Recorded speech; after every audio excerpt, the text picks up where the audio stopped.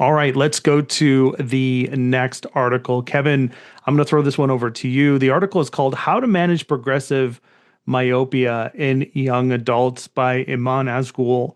I think this is a really cool article because when I was working with J&J and we with the Ability Lens, of course they're putting treating children with orthokeratology, but when they found success with it, you would have the parents or the adults of these pediatric patients be like, well, can I do ortho K? Can I, when can I start wearing these lenses?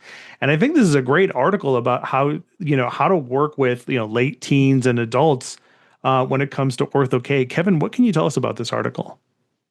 Yeah, so this article by a man school, I think this is a really cool article in a way that we all have been under the assumption that, adult doesn't progress, with myopia over time. And by the time they hit certain age, which is true, but not applicable for all individual in all population, particularly in our Asian population, they tend to, mature a little later.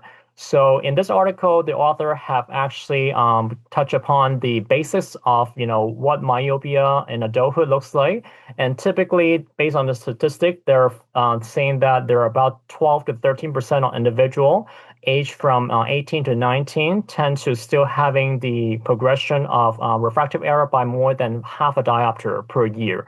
So that's considered pretty significant, considering how old they are and how mature the eyes has become. And in my clinical and adult experience, I've seen, some young adult, especially when we practice longer and longer, we definitely see a lot more young kids progress to become a young adult in our chair. So definitely, I see a portion of young adult who's still progressing over time, and based on the article, the author have comment on, what should we look out for and how to put a caveat on those adult myopia cases.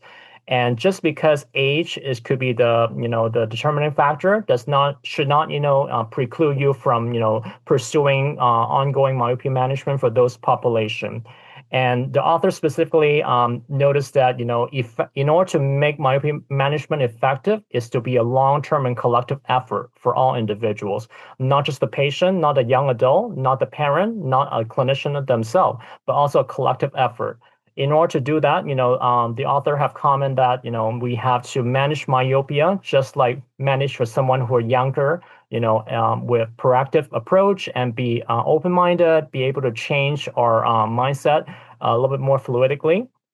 And my personal take on this is that, again, that is definitely an overlooked population in our generation. And a lot of young adults are still progressing, especially if they're going to college. They tend to have a lot more demand in neo work. And as we all know, study have found that neo work coupled with the lack of outdoor time can be the contributing factor for axial elongation. So that is something that is like just a good reminder for all clinicians and all parents to understand that just because you're a kid, enter college doesn't mean you automatically would, disqualify or, be walk away from this treatment. So definitely there's certain, benefit going forward, even when they turn 20s or mid 20s. And my closing message for parent when they ask me this question is that if you want to become a good eligible candidate for refractive surgery, for example, no matter what type of refractive surgery, you do need to establish a really good baseline and good progress in the past couple of years in order to become an eligible candidate. I don't want to disappoint patients, but if they ask me about 17 to 18, I will probably recommend them to kind of hold off, observe a little longer while they're still undergoing this type of treatment until they're early 20 in order to reassess. Yeah. Yeah, well said. And, I love how, if you're a young adult doing ortho K or doing myopia management, all of the normal things apply, getting outside and managing your screen time. All the usual suspects are there. That's all still very, very important.